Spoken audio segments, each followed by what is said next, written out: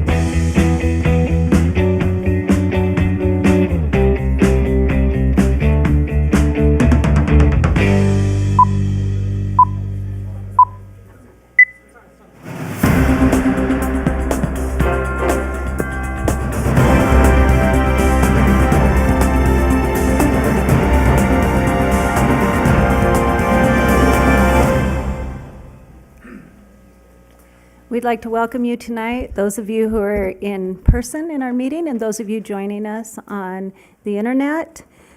I'm going to officially call this meeting to order. Items listed on our agenda may be taken out of order. 2 or more agenda items for consideration may be combined, and any item on the agenda may be removed, or related discussion may be delayed at any time. For your information, I'm Councilwoman Jorgensen, and I am standing in for Mayor Hardy at this time as Mayor Pro Tem. He is with us on the phone, and he's been doing some exciting things, so welcome. We'd like to have a confirmation of posting and roll, please. Thank you. The agenda was posted in accordance with open meeting law. We have all members present, and as you stated, Mayor Joe Hardy is meeting via telephone. Thank you. We're going to move on for invocation and pledge of allegiance. If Pastor Jason King could please come up and we would all rise, please.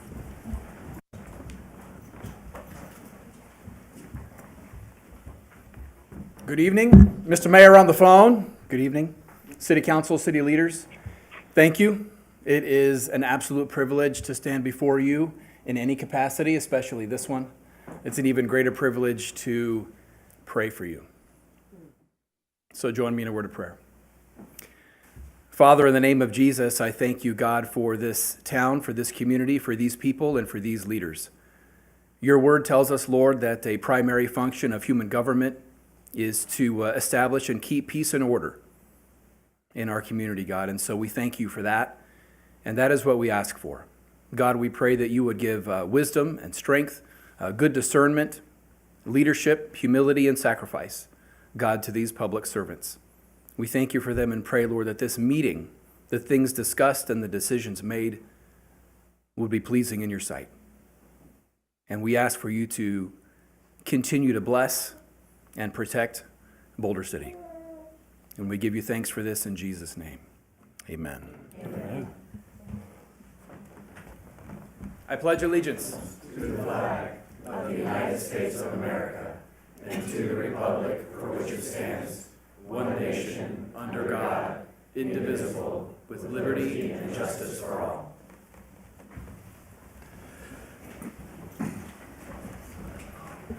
Thank you, Pastor King.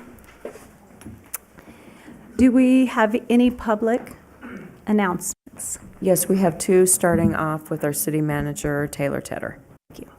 Good evening, Mayor and Council members. The week of May 7th through 13th is designated by the President and Congress as Public Service Recognition Week. This week, we recognize many people, including city clerks, city attorneys, police, firefighters, healthcare professionals, doctors, teachers, astronauts, laborers, computer technicians, social workers, military personnel, and countless other occupations. Banners have been placed in front of several city facilities and storyboards outside of each office describing the work of each department displayed inside our city buildings. Boulder City Mayor Joe Hardy himself, a longtime public servant and medical doctor, signed a proclamation to recognize staff.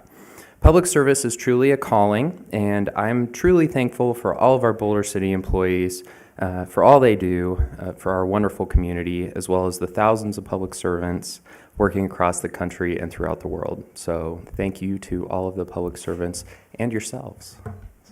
Thank you.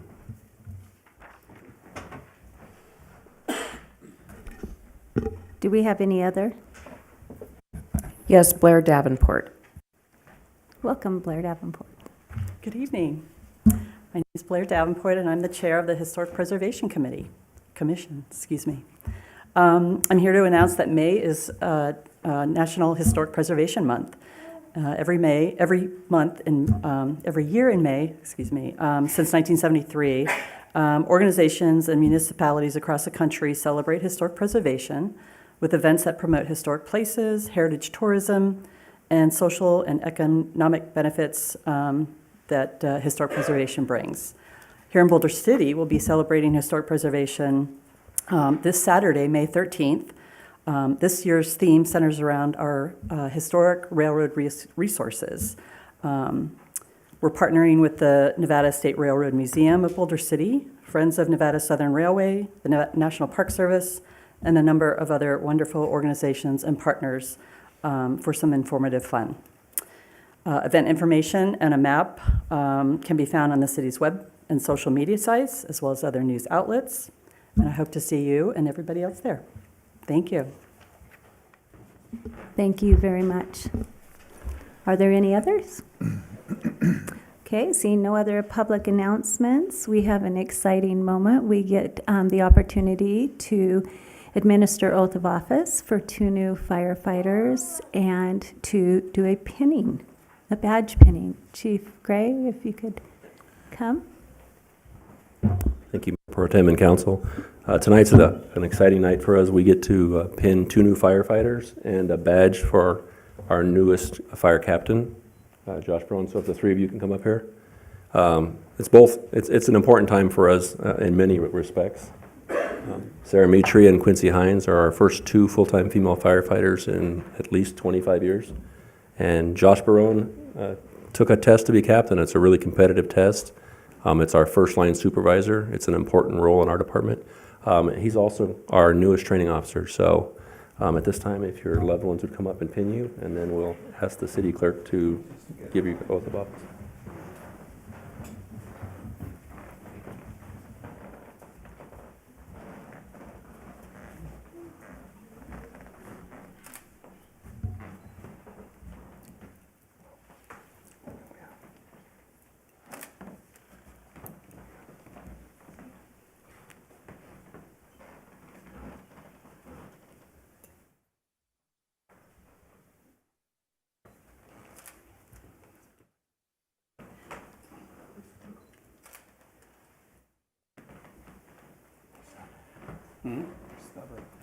Yeah.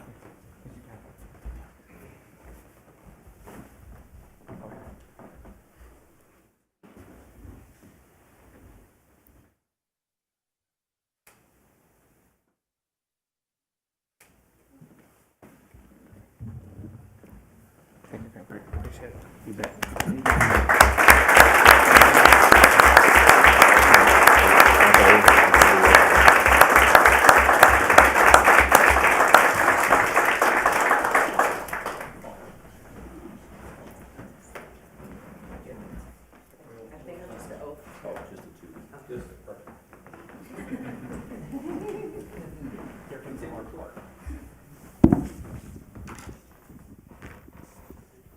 I'll just have you both stand here, and I'll swear you in together.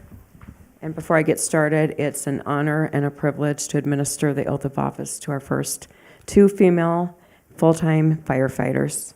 So if you'd raise your right hand, please, and repeat after me. I state your name. I, Quincy Hines, Do solemnly swear do solemnly swear that I will support, protect, and defend that I will support, protect, and defend the Constitution and government of the United States the Constitution and government of the United States and the Constitution and government of the state of Nevada and the Constitution and government of the state of Nevada against all enemies, whether domestic or foreign, against all enemies, whether domestic or foreign, and that I will bear true faith, and I will bear true faith, allegiance, and loyalty to the same, allegiance, and loyalty to the same, any ordinance, resolution, or law any ordinance, resolution, or law of any state notwithstanding, of any state notwithstanding, and that I will perform well and faithfully and that I will perform well and faithfully all the duties of the office of firefighter all the duties of the office of firefighter for the city of Boulder City, Nevada, for the city of Boulder City, Nevada, on which I am about to enter. on which I'm about to enter. So help me God. So help me God. Thank you. Congratulations. Congratulations. And then if you'll both sign your oath.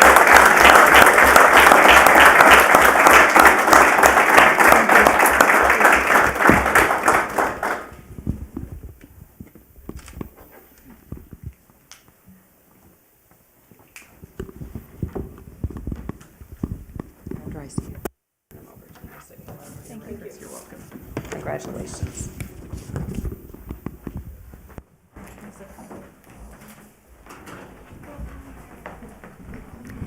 Congratulations, Quincy and Joshua and Sarah.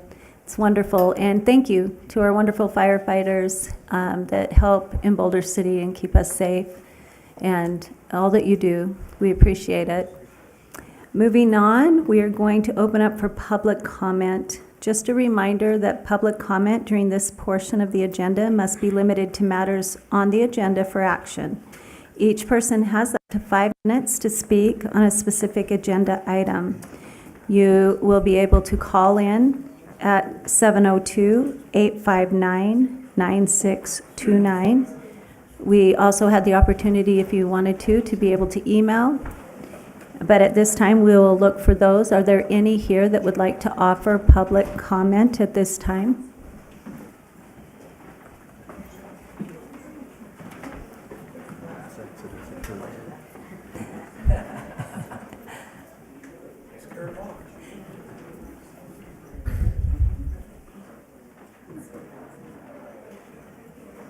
One more time, is there anyone that's here in public that would like to offer public comment? Were there any emails, Madam City Clerk?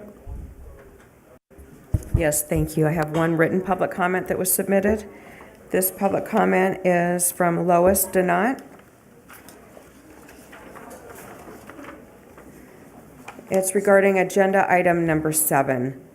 Is it possible to exchange free electricity from any or all of the solar power plants that are located in El Dorado Valley on Boulder City-owned land and leased from Boulder City, Nevada, for a negotiated reduced cost of leasing the Boulder City-owned land to all or some of the solar plants located on Boulder City land in El Dorado Valley in Nevada?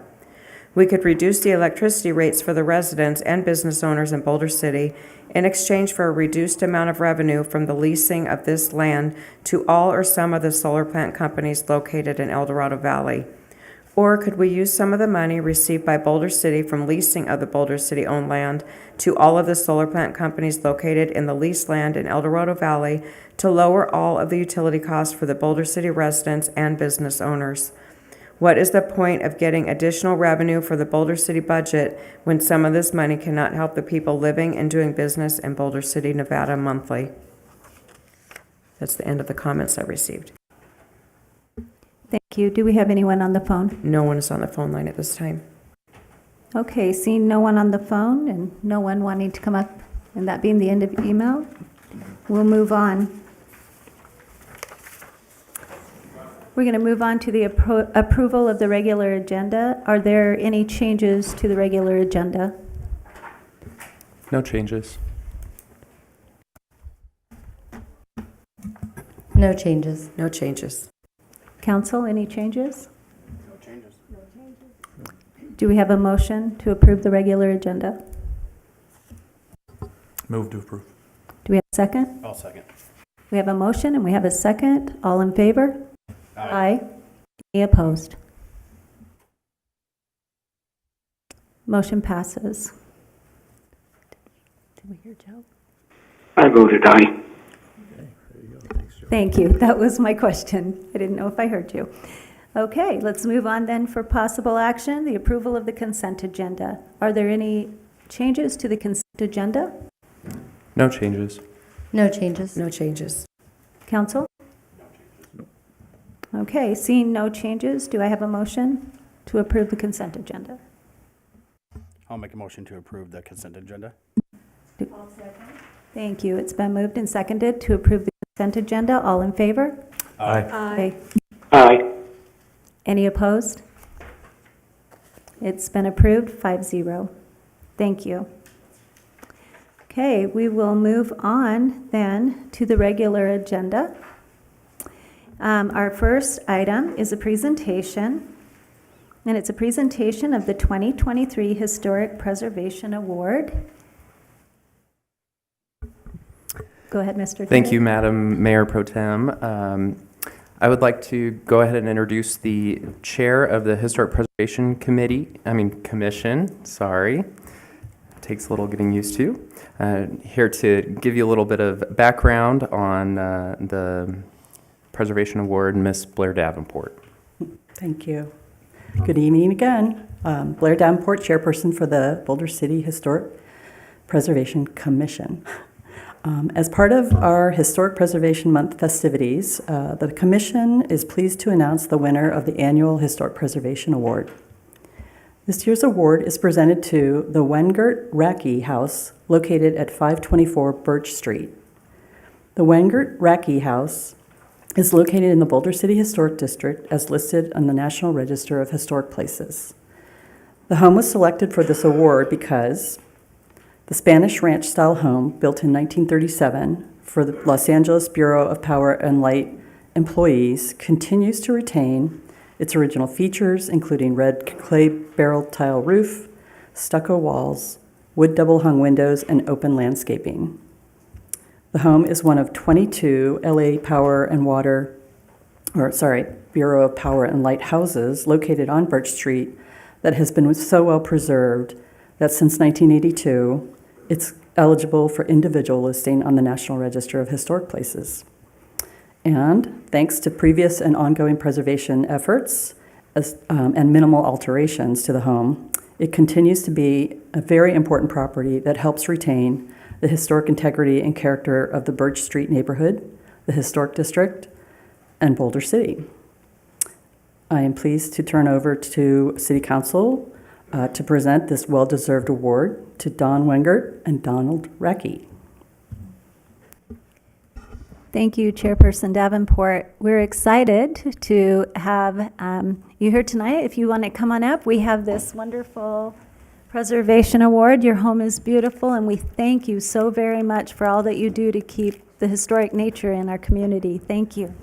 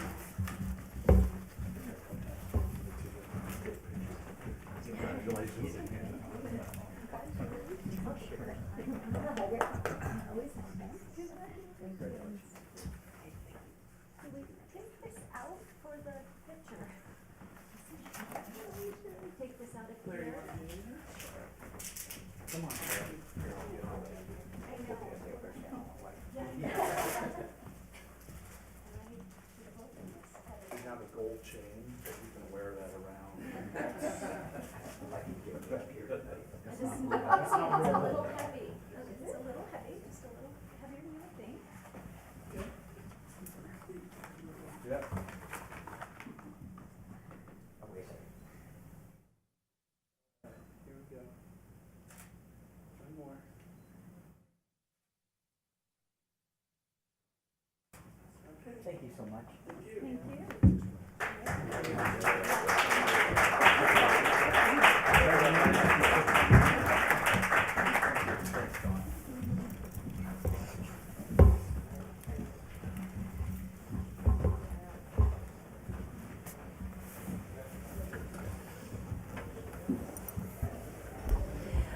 For those of you who aren't aware, it's no small task to keep your house that is aging historic. So it's nice when we see people who care and want to keep their home in that kind of condition, and appreciative of the Preservation Commission for finding that beautiful home.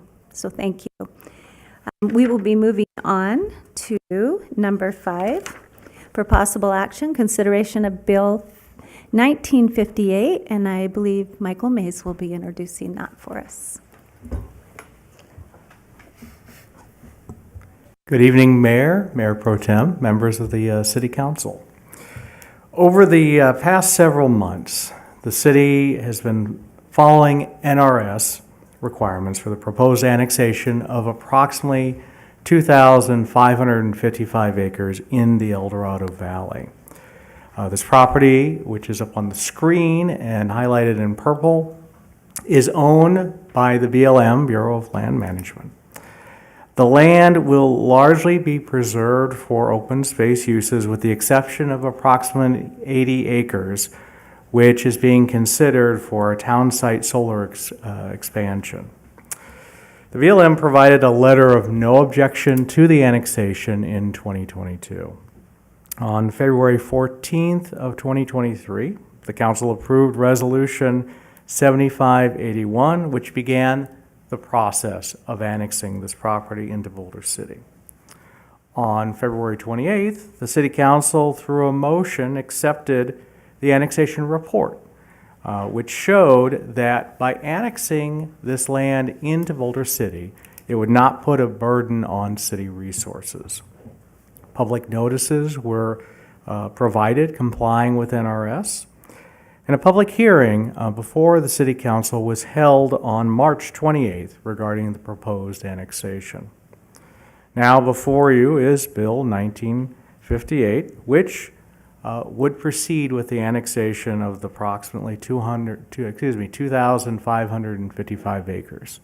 And with that, I can answer any questions. Thank you very much. Do we have any questions? Maybe just one comment. This is the kind of the end of a long process, and there's been a lot of hard work that's been put in, a lot of time. I know that it took letters and asking and doing and talking with Henderson, and so just appreciation for your helping to secure the lines between where Henderson and city limits are in Boulder City. So thank you very much. Wondering if we have a motion from the mayor? I would move to approve. Thank you, Mayor Pro Tem. Yes. I'll second that motion. Okay, we have a motion and it's been seconded. All in favor? Aye. Aye. Any opposed? All 5 are for, so that motion passes. Thank you. Bill number 1958 will become known as ordinance number 1723, effective May 17th, 2023. Thank you. Okay, we'll move on to regular business now. We're going to move on to, for possible actions, resolution numbers 7630, 7631, and 7632. These matters pertain to homelessness in Southern Nevada, and we have Miss Julie here to be able to explain this for us. Thank you. Thank you, Mayor Pro Tem, Mayor, City Council members, and residents of Boulder City. I am Julie Calloway, your Parks and Recreation Manager, and your representative on the Southern Nevada Continuum of Care Board. Item number 6 on tonight's agenda is the annual interlocal agreements pertaining to homelessness in Southern Nevada. The updated resolutions and agreements before you this evening are part of a regional effort to address homelessness. Local jurisdictions, including Boulder City, Las Vegas, Clark County, and North Las Vegas, combined funds annually and combined efforts to improve homeless services in Clark County. You have in front of you this evening 3 revised agreements and updated resolutions. These reflect that the City of Henderson is no longer a party to the agreements and the adjustment to the new aggregate amount being collected. You'll also see an increase in the amount of emergency shelter agreement as Clark County and the City of Las Vegas have both increased their contribution for emergency shelter services. Boulder City's contribution for the 3 agreements remains flat at $6,716.45. The first agreement and resolution focuses on homeless census and evaluation. HUD requires jurisdictions to conduct a point-in-time count or census for federal funding. The funds for the census and evaluation go to the administration costs associated with the census and data collection from the point-in-time count.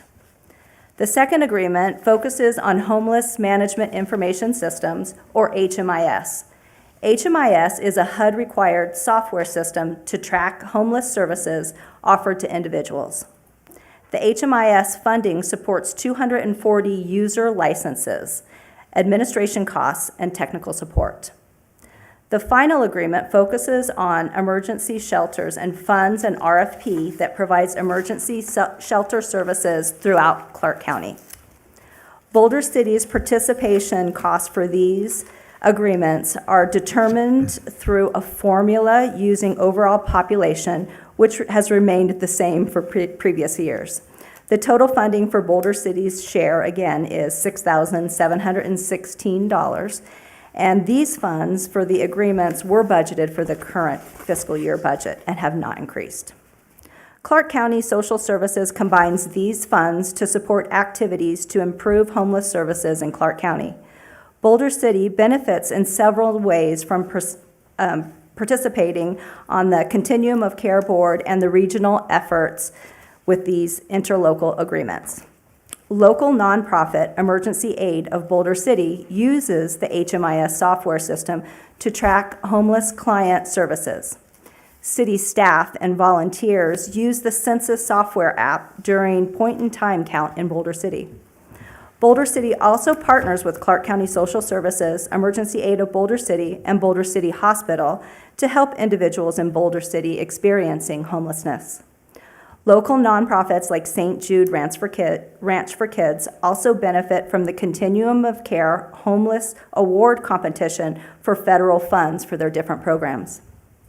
Tonight, staff is recommending approval of the updated interlocal agreements and resolutions before you pertaining to homeless services in Clark County.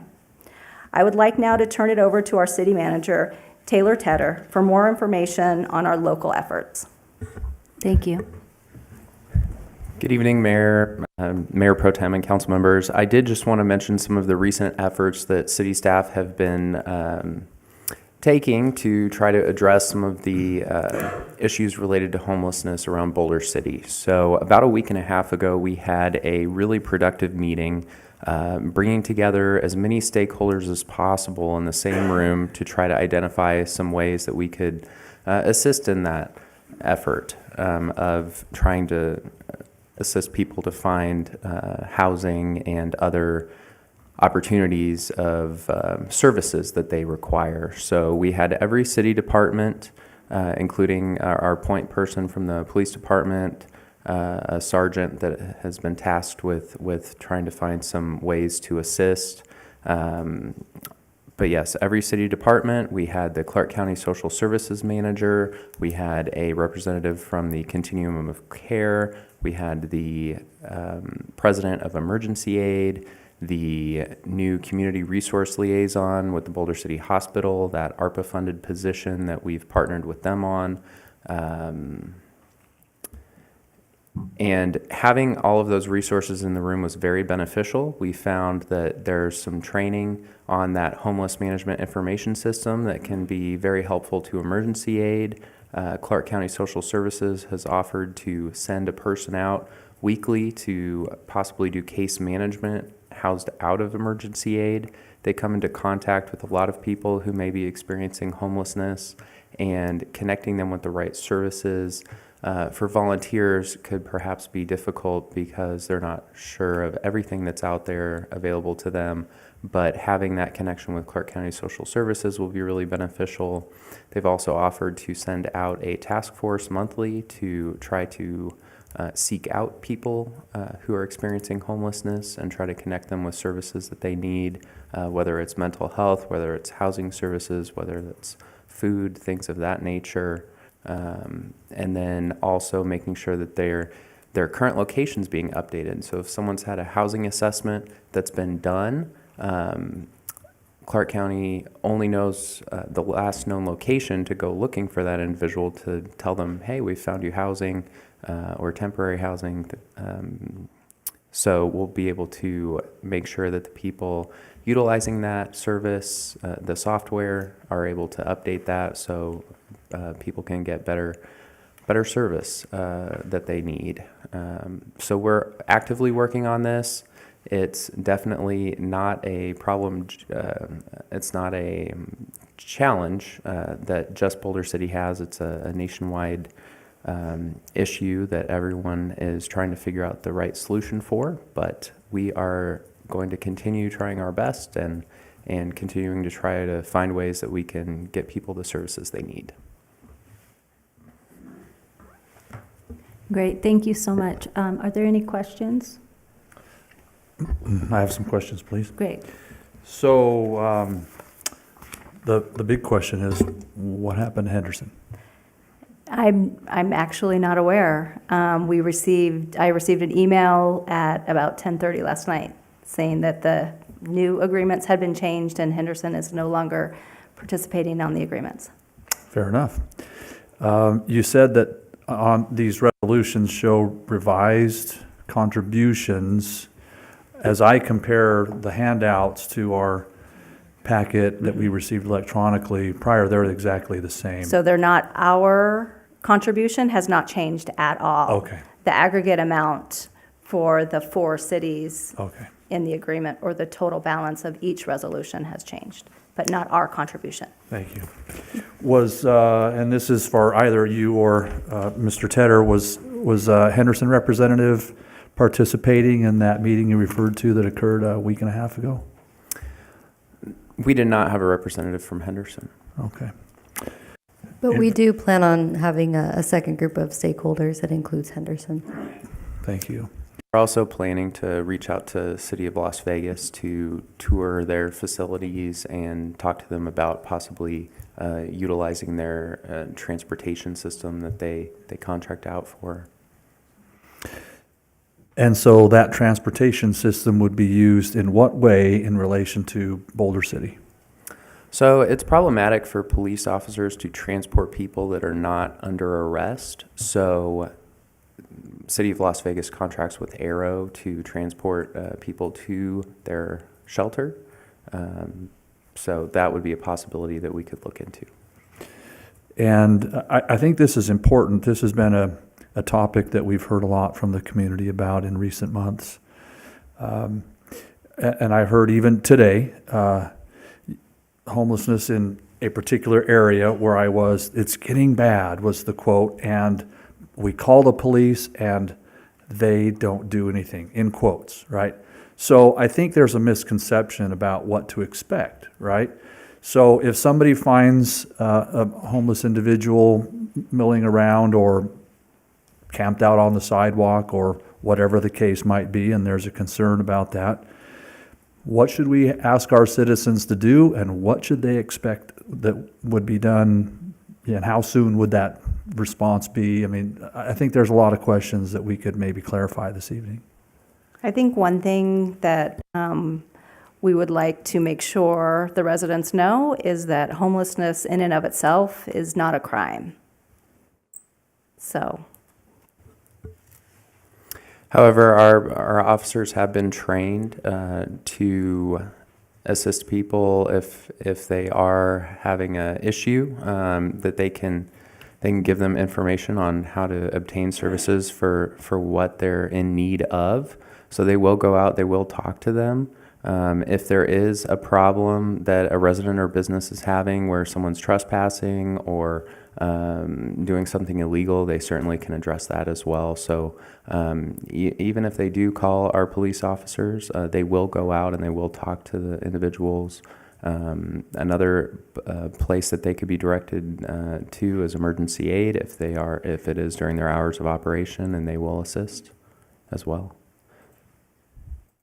So in that way, the individual who recognizes someone that's experiencing homelessness would approach them and say, hey, emergency aid exists.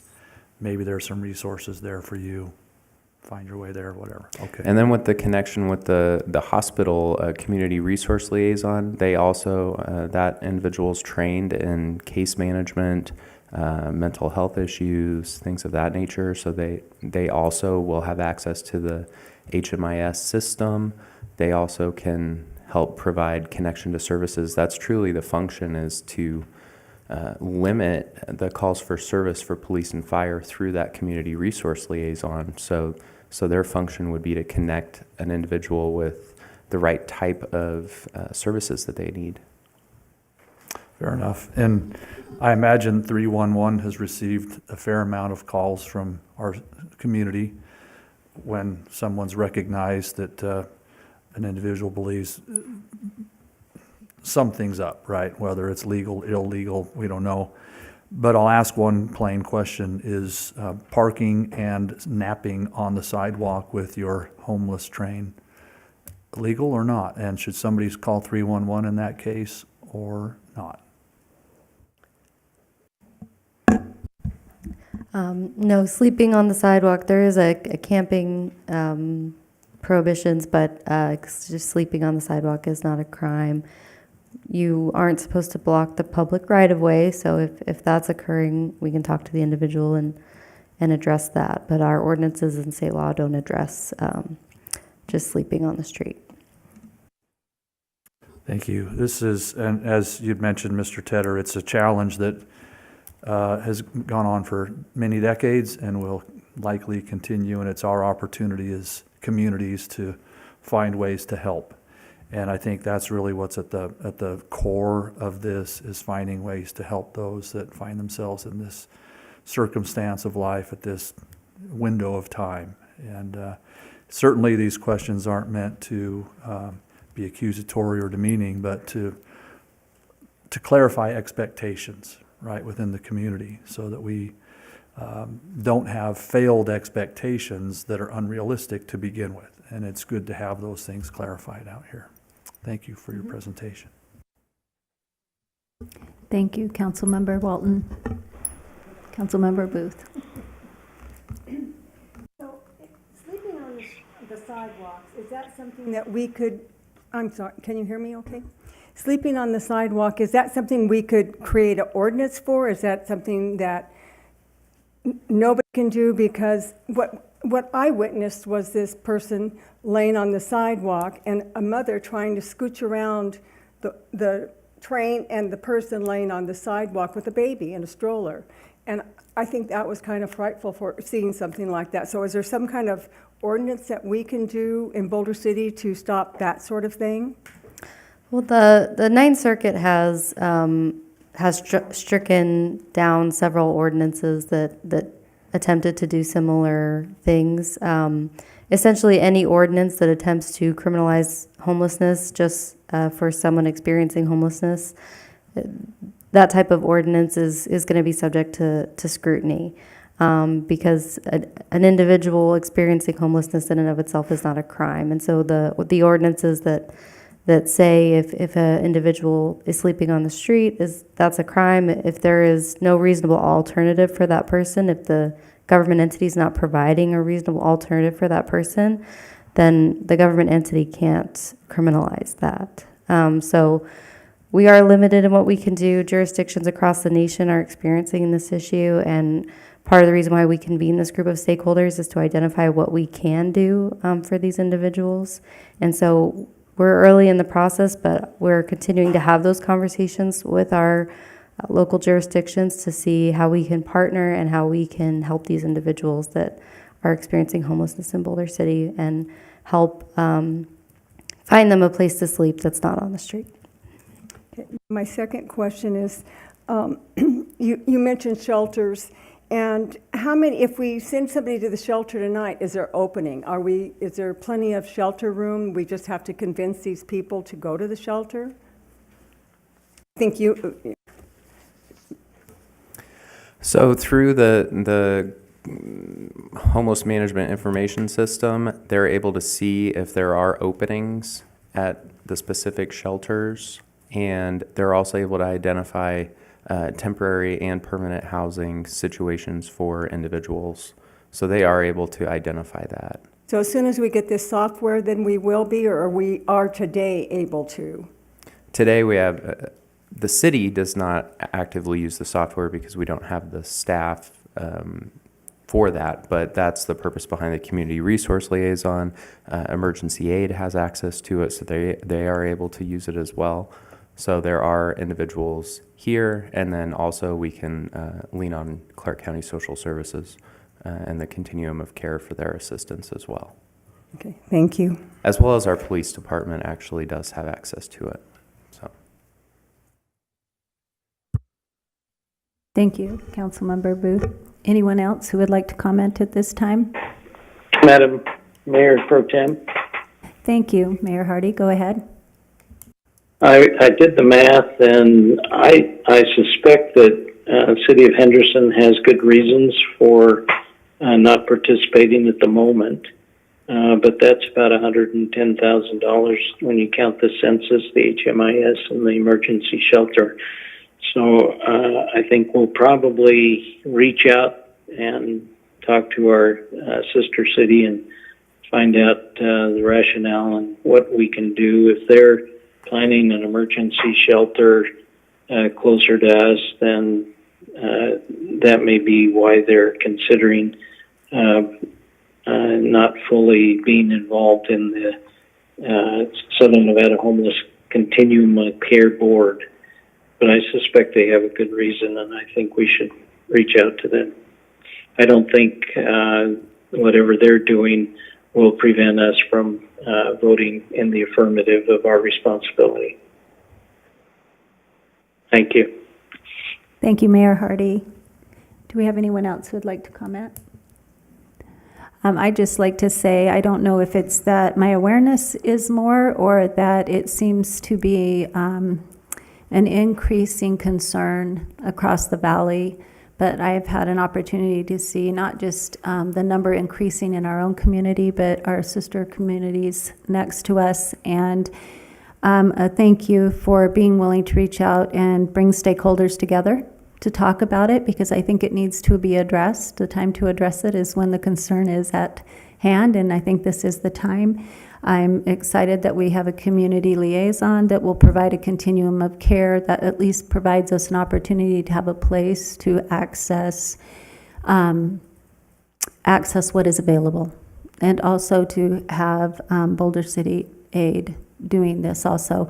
Thank you for getting training for them available, and I continue to say, please use as many of the services as you can that are provided for us. It takes an army to figure out what we can do to help those who are in need. So thank you. Hearing no more comments, do we have a motion? Make a motion to approve Resolution 7630, 7631, and 7632. Thank you. Do we have a second? I'll second. We have a motion and it's been seconded. All in favor? Aye. Aye. Any opposed? The motion passes 5-0. Thank you. Thank you. Okay, we will now be moving on for a possible action matters pertaining to the fiscal year 2023-2024 budget. And this specific discussion will be on the utility rate study. Thank you. Hi, Angela Mannigan, and Mannigan, it's my new name. Angela Mannigan, Budget Manager. So, you guys were there. April 26th, we had the workshop with the Utility Advisory Committee and the City Council where Ralph Tellis presented their recommendations for the rate study, and their recommendations were to unbundle the electric rate, which would mean the energy charge and the delivery charge would be separated. And so the energy charge is the cost of power, and the delivery charge is infrastructure and delivering the power. And their recommendation was to increase it 4% for the next 3 years. And then water increases for 2.5% for the next 3 years. And also wastewater increases 2.5 for the next 3 years. Raftellus, my gosh. Utility Advisory Committee just recently had their meeting on the 3rd, and they agreed with Raftellus's recommendations. One of their changes they'd like to make is the energy charge, instead of being 0.0613 cost per kilowatt hour, they wanted to be 6.24. And the reason for this is recently this year we had our electric cost was $3 million over budget. So we'd like to try to start recouping some of the cost from the last year. And so you have many handouts today. One of them is, in the packet, you had the handout for the electric rates recommendations from Raftellus and the new rate of 6.24 that the Utility Advisory Committee recommends, as does staff. So, go ahead. Okay. Going over some of the handouts that you have. So the first one, so changing it to 6.24 or 0.0624 kilowatt hour. These are some bill examples. So a small residence with all 3 utility rate changes would expect about a $3 increase a month, or about 3%. An average residence would be about $4 a month, or 2%. And a large residence would see an average of about $9 a month, or 3%. And Angela, if I can add a little bit onto that. So when we say small, well, you're on commercial, right? Okay, let's move to residential. Okay, nope, let me go back. Sorry. Okay, so on small residential, that would equate to perhaps a mobile home or a home with 1 to 2 residents. Most mobile homes actually use less than the 500 kilowatt hours, so they would, if they're using less than that, they would see no change. But in this look here, that's a conservative estimate, so it would be about a $3 total bill impact. So that's for everything: the water, wastewater, sewer, and electric, and trash. So total bill $3. And when you're looking at average residential, that would be a 1,000 to 2,000 square foot home with 4 to 6 occupants, and that's about a $4 a month total bill increase. And then when you look at large residential, that would be a home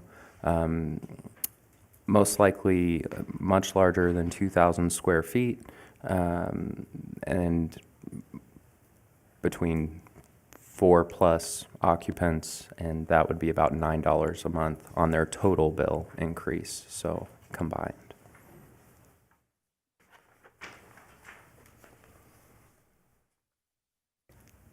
So again, comparing now, a small commercial monthly bill would increase about $8 a month, or 3%, and an average commercial would be about $14 a month, and a large commercial $138 a month, which would be about a 3% increase. During the workshop, we had questions how the water changes would impact a family of 5. This example shows a family of 5 and their water charges only for indoor use, so it's 50 gallons of water per day per person. And in the first fiscal year this would be implemented, it cost about 12 cents, as long as they didn't do anything different, and it would be less than 1% increase. And the next year it'd be about an 85-cent increase. The next year, 88 cents. For in fiscal year 28, they'd have a total of $1 increase and just over 2%. So not large increases on their bill. Another question we had was about mobile home residents and other residential users. This graph, the lighter blue color, is the mobile homes, and The greenish color is the residentials, and if you can kind of see, the mobile homes use less energy, and that's mostly due to the square footage of the mobile home compared to our other residential home. And this is kind of the distribution of usage for a mobile home versus all other residential homes for the winter.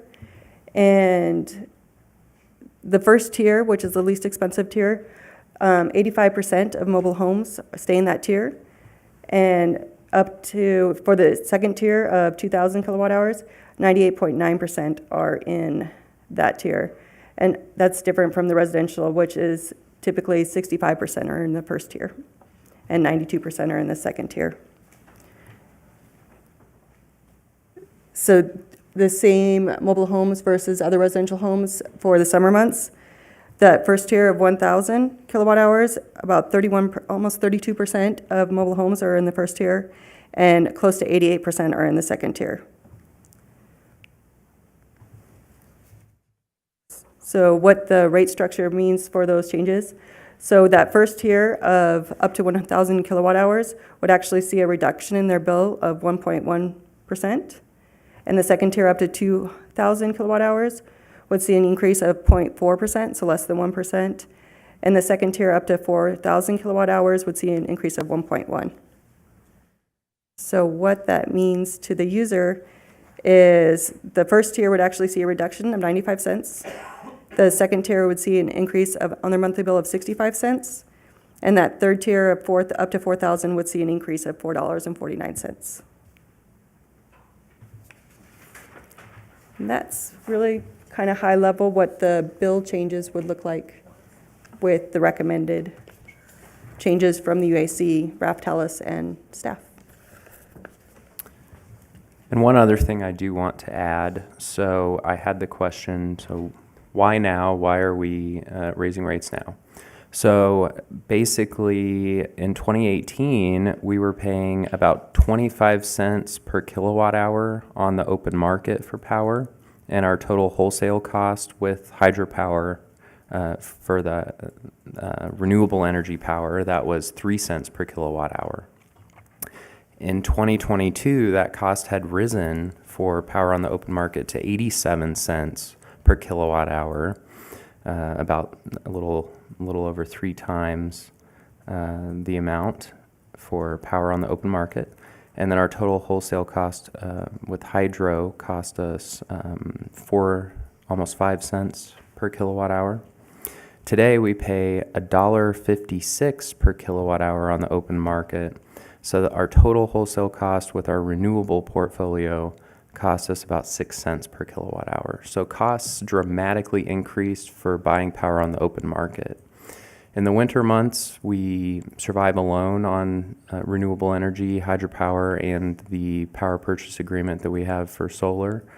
But during the summer months, when we need to supplement that power, we do have to buy it on the open market at that high rate. So that is essentially what has caused the necessity to look at the rates.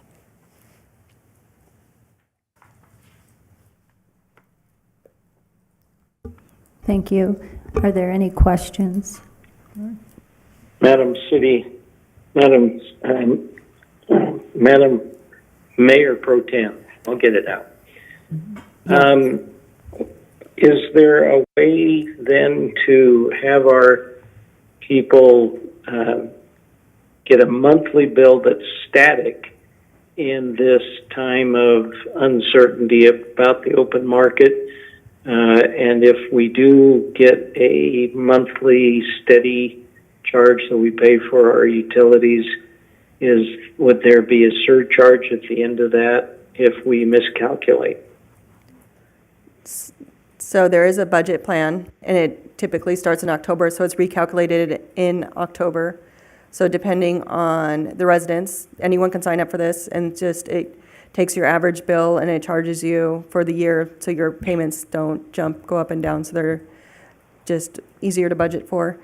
And then at the end of the year, depending on if you overpaid or underpaid, you'd either have to pay the balance or you'd get a refund. Can that balance be paid on monthly installments instead of one big check, instead of in case it is such? It could be.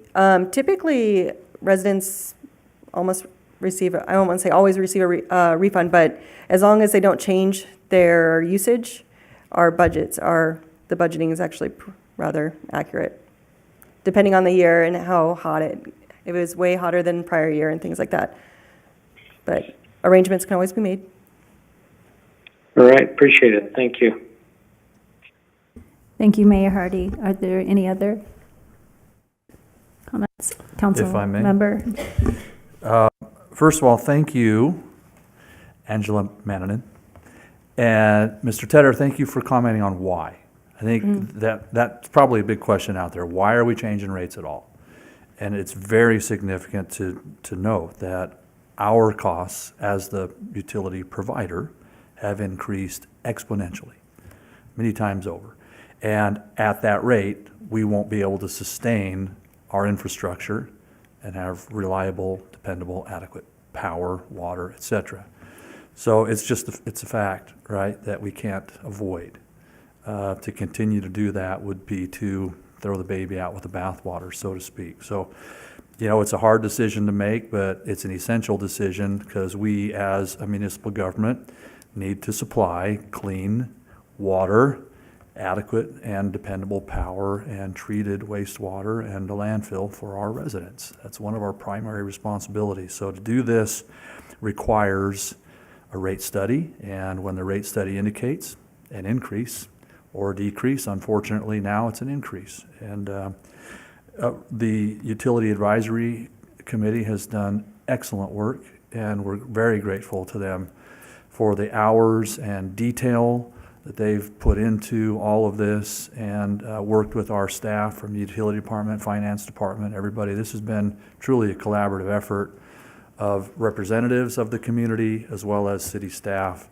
And it's not been an easy decision to come to, but we're truly thankful for all who have spent their time and energies to help us come to the best decisions that we can that will help ensure that we're providing what we need to. Could we have just a couple comments, and whomever from staff wants to make it?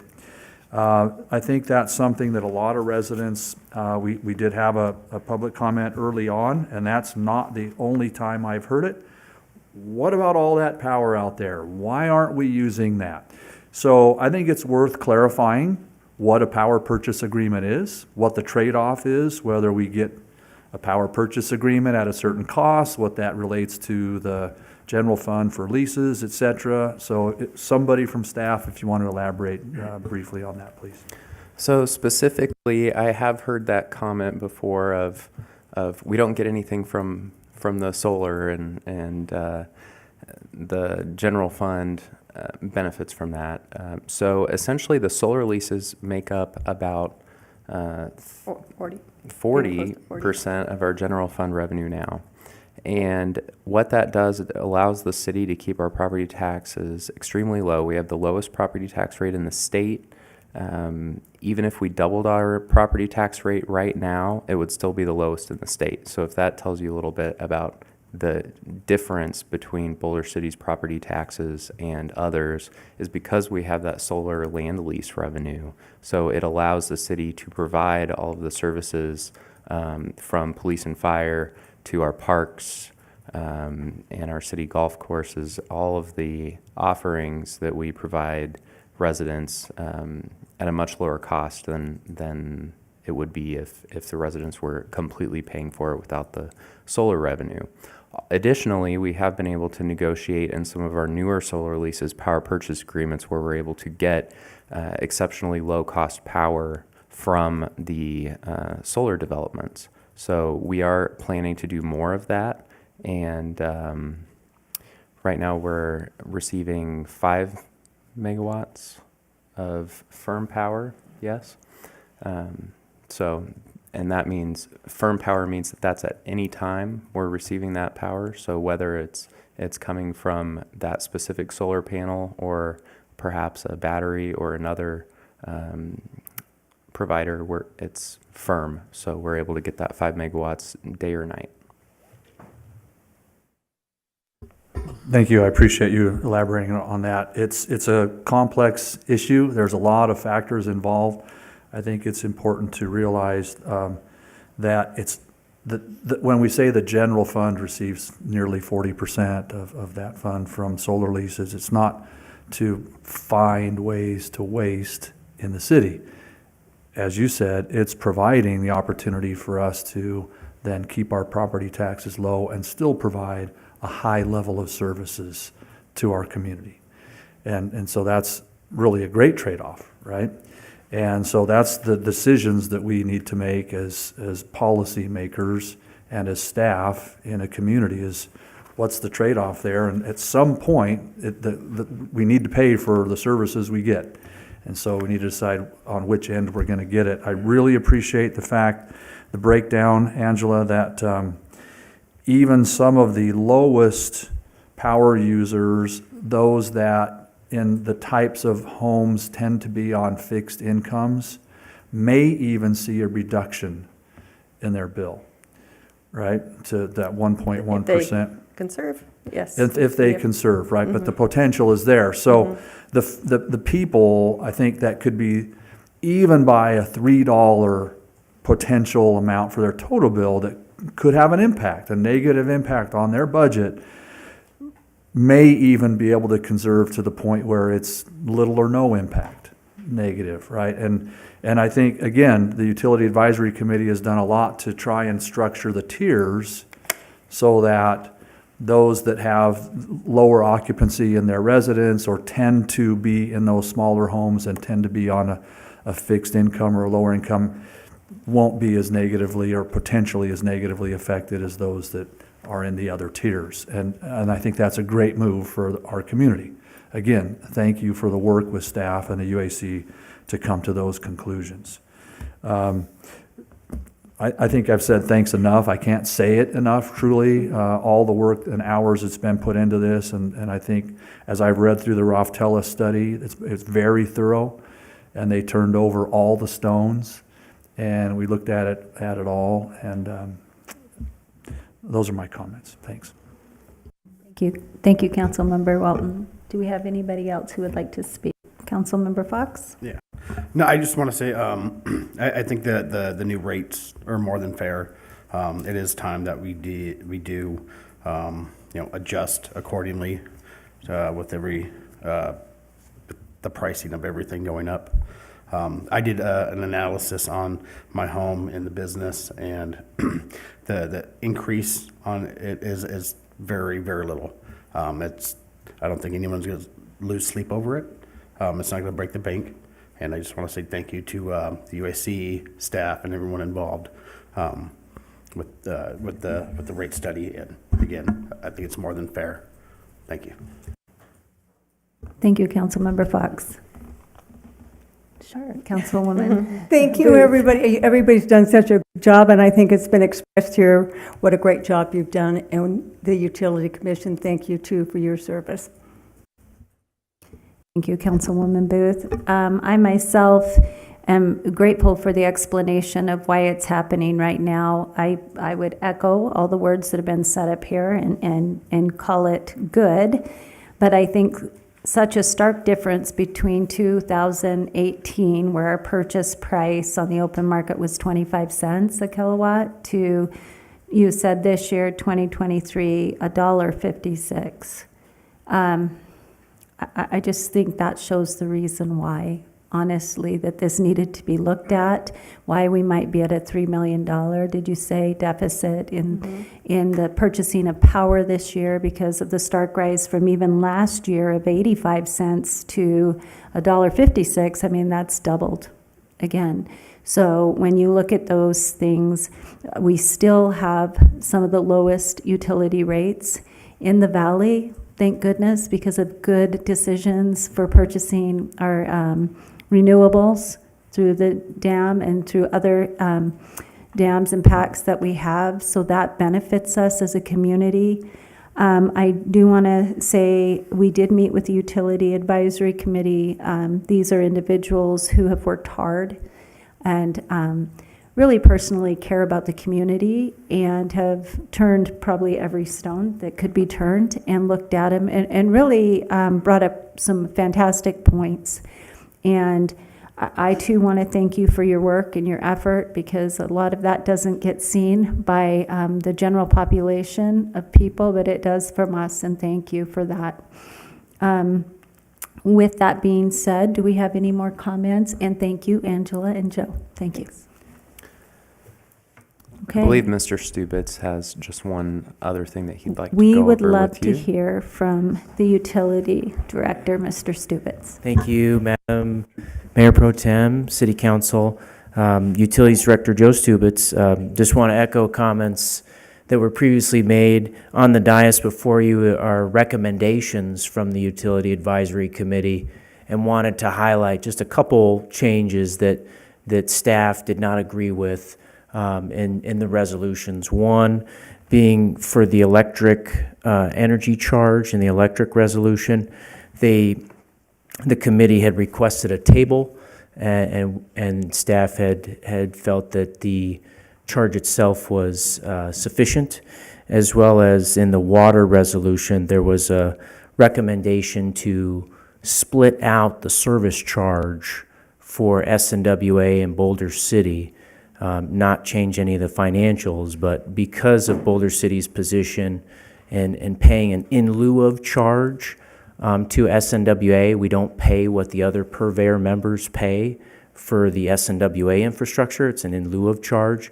The staff felt that number wouldn't accurately reflect in the resolution. So I wanted to highlight those two items before you. The rest of the recommendations made by the committee were agreed upon by staff. And if you have any questions for me, I'm happy to answer any if there weren't any asked or answered previously. Thank you, Mr. Stubitz. Are there any questions for our utility director? If I can. Yes.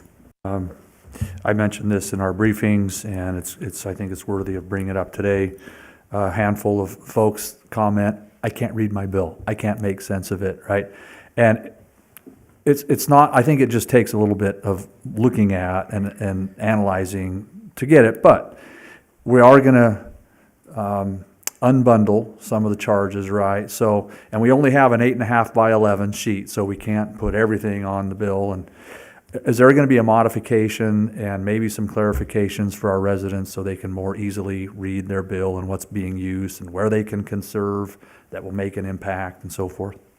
So we are planning with the utility mailer to put out an explanation explaining here's how your bill will look.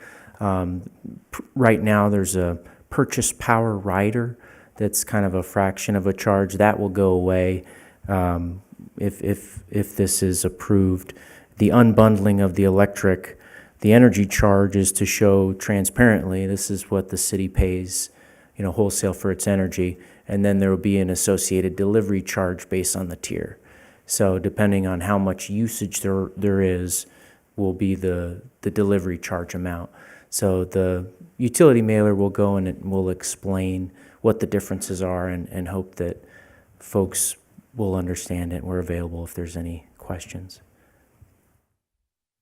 Thank you. And I think you kind of led into just the comment that as we look at these rates and the impacts, and who knows, there may be higher prices coming down the road. Nobody has that crystal ball, but I think our residents are interested in conservation of all of our utilities, whether it's water or power, ways to be more efficient. And I think with your comment there down the road, we might see an opportunity to hold a community workshop about ways we can conserve in the home and, Sure. And give some good ideas that are not costly or that can be subsidized by other forms of grants, et cetera, to help folks conserve in their homes. Sure. I mean, some of the most recent low-hanging fruit would be the smart thermostats.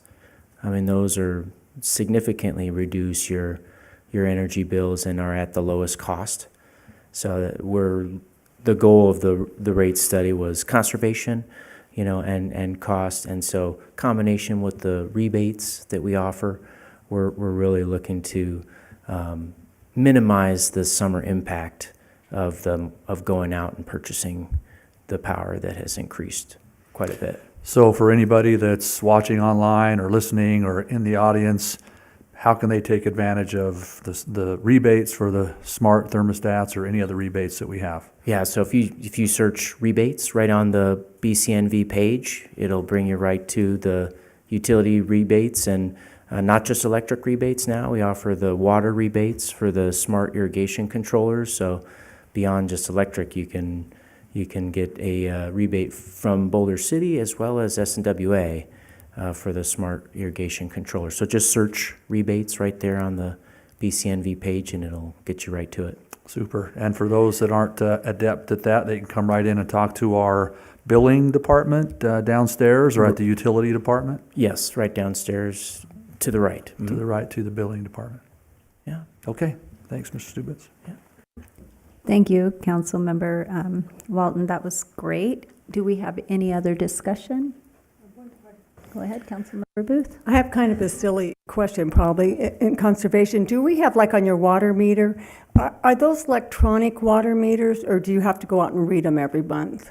Some of the readers are electronic and they can read them radio read, or they can go up and take a visual. So we are making plans to replace all the meters with those types. So right now, we can't tell if you're using, like something's broken in your home or something like that. There's no way of notifying everybody, but there are some that we can notify and let them know that there's something gone haywire in their system. So we can't look instantaneously. So the city cannot look into your meter, but we can, from a read, make a determination that there is an issue, that the water usage has gone up a certain amount. And we will notify residents or businesses if they have a question about that. But I encourage everyone to just monitor your bill. If it doubles in size or if it more than that, there's likely an issue if you haven't made a change. So new meters wouldn't help that issue. So if you had like your pool was stuck on the overflow valve, then there's nothing that would alert you to that. There's no way. So we would be set up for down the road for that capability as we transition to these radio read meters. Okay. But at this time, we don't have a network where we see into the meter instantaneously. And do we have a date for that? Well, we're pushing on all of our replacement of our water meters, I would say, in the next 3 to 5 years. Okay. And then we would look at a network that supports that at that time. Okay, thank you. Yes. And Councilmember, I did just want to add, if there is a resident that has some kind of leak or major issue with their water usage rapidly going up due to some kind of plumbing issue or leak, we are able to work with them and try to identify the issue and look at ways to mitigate the cost of their bill. So certainly. Great, thank you. Okay. Any other discussion at this time? I just had one question myself. So you say delivery, unbundling. Could you explain what goes into that service charge, the Sure. difference between that? Can you understand, or can you help us to understand what that entails? Sure. So the delivery charge, what that encompasses is the operation and maintenance and the capital of the system, the backbone. So the energy charge itself is just the total cost for actually getting that product. The delivery charge is what it costs to get that product to the consumer. Great, so there's two different areas that we have to look at when we consider how that comes to us inside of our residence. Yes.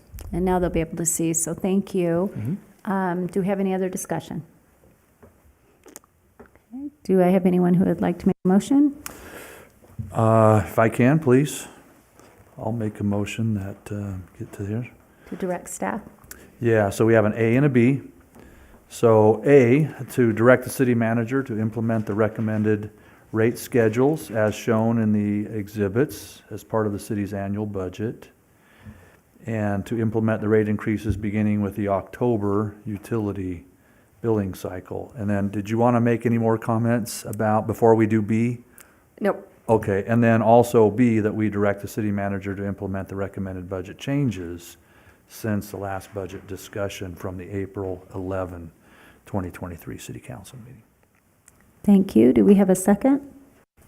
I'll second. Thank you. Do we have any more discussion? Okay, seeing no more discussion, we have a motion and a second. All in favor? Aye. Aye. Aye. Any opposed? The motion passes 5-0. Thank you. This moves us forward to our final public comment. This public comment period is open for anything, right? So, any subject, and each person has up to 5 minutes to speak. If there's anyone in the room who would like to speak. I'd love to. Please state your name too so that we My can. name's put Mark the- St. Arnaud, and I've been a Boulder City resident since the 90s. And again, thank you guys for all the work. You know, do appreciate it. And I do appreciate the comments about conserving and all that kind of stuff. But I can state that water deal does work, because I had a leak on my property, and you know, they were the first one to notify me that, hey, you're spiking on your water usage, and sure enough, I had an irrigation leak. You know, that was pretty bad. You know, so that it is work. It is starting to work. You know, that part of the deal.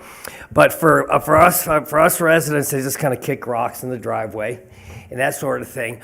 Back to the first comment that was made from, I guess it was a lady who wanted to know why we're not getting a bigger break on electricity because of the solar stuff. Well, I've lived here long enough to where before there was any solar stuff, our city property taxes, our resident property taxes were still pretty low, and everything was running pretty smooth without all that excess money coming in from the solar. You know, so, you know, as far as this 30 or 40% needed to run the city, I'm saying there were possible other ways we could look at maybe not spending so much money in those other areas. You know, if, like I say, for us guys that just kick rocks around the driveway, you know, we've noticed some areas the city are going fine and doing fine, but our electricity is going up. When I first heard about this electricity deal and the solar panels, I took an ad in the, I didn't take an ad, I did an editor's note at the newspaper. And I did the analogy. I said, if somebody came to my house and said, hey, look, and you're not using a piece of your backyard, can I put a panel in there? I want to get solar power and I want to sell it and make some money. How much would you lease that piece of dirt in your backyard? And I'd say, well, the first thing we got to talk about is running an extension cord from that solar panel to my house. That's the first thing we do. Then we talk about how you're going to treat the land, how much you're going to pay me a month, you know, to put the panel there, and what you're going to do after that lease runs out, and how you're going to get those panels out of there and restore it back to its original shape. But that first thing is getting an extension cord to go to my house. I don't understand why we haven't seen a serious decrease in electricity, not the other stuff, the water, but electricity, because of that. We are the city, not the police, not these other entities. It's the residents who are really the people, or make up Boulder City. And I've seen my electricity rates, you know, have just doubled easily since in the last 5 to 6 years. I've got a Lewis home. And I've done some upgrades to it, like just about everybody else in the neighborhood has done as well. And I see these solar panels going in, but I don't see any break coming in as far as electricity. So I don't understand why the people who is Boulder City, is the residents that live here, aren't seeing any kind. You're saying that it may be happening in future leases, but how come that wasn't a concern to begin with? The city was running pretty good compared to other cities in this valley, you know, as far as the property taxes, you know, and that sort of thing. That was all cool before the solar panels, you know. So maybe we can revisit and see how the percentages that were a benefit of monies that's getting from the lease of these solar panels to a break in electricity bills for us residents here in Boulder City, if that makes any sense. And I'll conclude with this. until I retired, I was in a construction capacity and a manager on the American-Mexican border in handling utilities. And just like in the oil companies, electrical companies trade power back and forth all the time using each other's lines. You know, so they can't say, well, we don't have an extension cord from our solar panels to Boulder City. Well, that's not really how the world runs in the utility business. They trade power, they trade using each other's lines all the time. So anyway, I'd like to see us revisit, you know, if it's possible, the monies and the revenues we're getting from those solar panels. That's from the guys that kicked rocks in the driveway. Thank you. Sir, would you mind spelling your last name for me? Yes, ST.ARNAULT. Thank you. St. Arnaud. Thank you. Is there anyone else in the room who would like to give public comment at this time?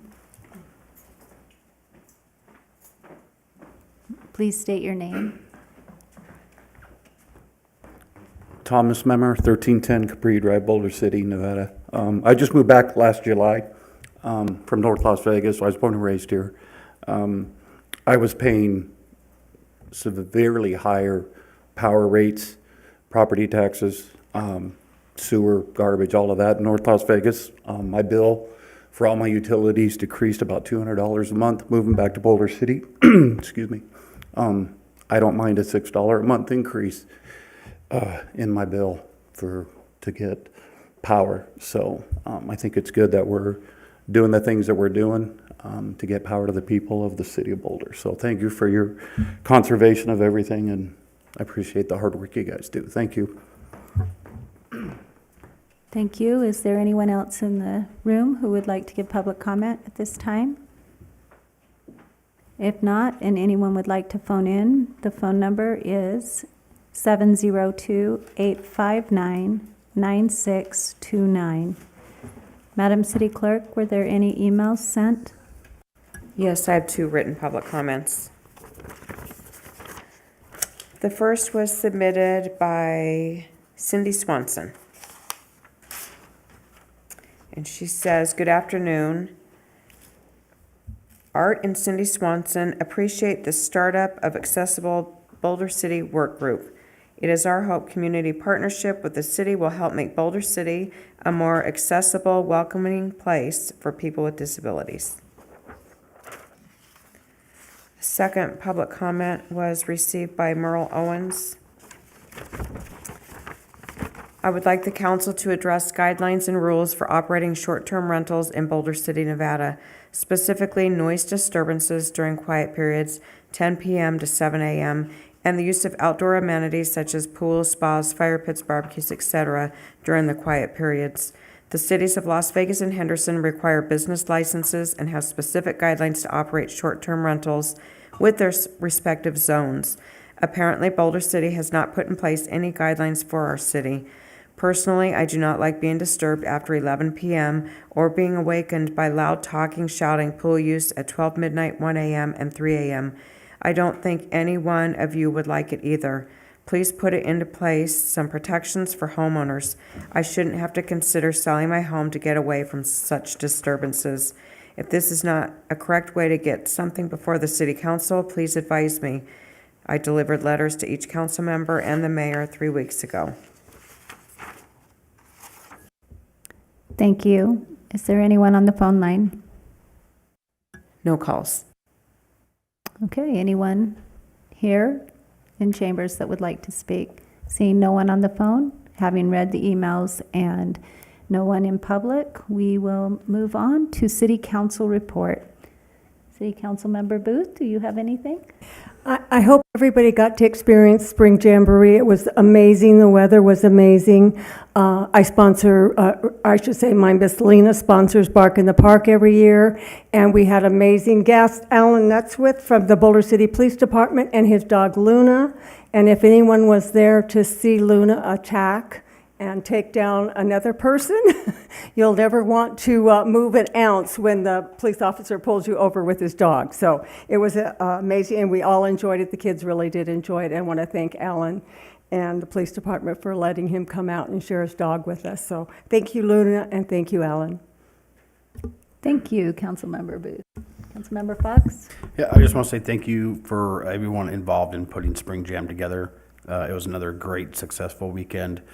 So many people coming into town, supporting all the businesses, the car show, everything that was involved. So, thank you. Thank you. Councilmember Welton? Thank you, Mayor Pro Tem. So echoing the Spring Jam, thanks to all that were involved, but looking forward, Best Damn Barbecue is coming up. I think that means something special to somebody up here on the 27th. So we encourage participation in that. Historic Preservation Day, as was announced by Ms. Davenport at the beginning of the meeting, but it begins at 9 a.m. Saturday at the Railroad Museum on Yucca. So we encourage our citizens to participate in that, and there's various activities throughout the day. If you go to the bcnv.org homepage, scroll right down to the bottom, the Historic Preservation Day information is on there. And again, in recognition of public service recognition and all of our staff and all the folks throughout the city that both volunteers, part-time, full-time, that contribute to excellence in government. We appreciate them and appreciate their efforts in trying to make Boulder City a friendly place to live, to do business, to work. And we're grateful for all the efforts there. That's concluding my comments. Thanks. Thank you. Mayor Hardy? Thank you, Mayor Pro Tem. I give a shout out to our city manager and our city attorney who have testified up in the legislature about our SB 23 redevelopment property tax increment, where we will have an opportunity to put property taxes in a more flexible way than just using them for redevelopment purposes. So that bill is processing. I'd like to also give a shout out to the alternative sentencing graduation that's coming up this Tuesday with our court, and how Judge Miller has done such a wonderful job and so well supported by so many people who are supportive of the people involved in graduating. I think there are 3 this week that are going to graduate. Appreciate them. And for those of you that have mothers or used to have mothers or are a mother, a happy Mother's Day. And I say that knowing that my wife is listening to all this, so I'll say happy Mother's Day, Jill. And then I have to thank you, Mayor Pro Tem Jorgensen, for doing such a wonderful job in this thing that you did today. So thank you all. Thank you, Mayor Hardy. Obviously, Mayor Hardy isn't with us, and so I had an opportunity this week to go start opening ceremonies for the Boulder City Rec Department for both baseball and softball. And I just wanted to point out that this year they had over 230 participants, 18 teams. It was wonderful to see all those young kids out there appreciating and enjoying all that comes from being able to learn a new sport or participate in a sport, all the volunteers, all the parents. It was just great to see our park being utilized and knowing that it would be utilized and enjoyed in such a way. Also to know that that's how ARPA funds are being spent. They were all able to do that free of charge at this time. I think until the end of December 2024, right? You can participate. Yes, participate in youth sports for the youth. And it was just great to see. And softball started back up for the first time in 3 years. So if you want to play softball, that's an option. Also, just wanted to say thank you to all public servants, people who give back to the city and to us as a community. Blessed to live here. I've said it a number of times, and I'll tell anyone, especially when I'm over the hill, and I like to say, yeah, I'm from Boulder City, and they'll say it's a very long ways to drive, and I'm like, oh, well, it depends on if I want everyone to move here, but I usually say not very far at all, but very beautiful, filled with wonderful people, people who are service-minded and who care about the community and want to do good. So I also am thankful to everyone who does that for us. I feel like maybe I should say Happy Mother's Day to my mom, my biggest fan, whenever she sees me in the newspaper, which I giggle about. So Happy Mother's Day. Also, Spring Jamboree, fantastic. I think that the car show grew by 3 times. I've never noticed it being all over that parking lot, and it was wonderful, and my dad really appreciated that, and I did with him. So, Historic Preservation Day, I went last year. It's wonderful. I encourage you to show up and see what the railroad has to offer. It's amazing down there, and to see even the history that's present, but the history that'll be shared that maybe the typical person doesn't get to see. And Best Damn Barbecue, for sure. And make sure that we appreciate spring, not just the allergies, but spring. So thank you very much and have a great night. And we are adjourned. I'll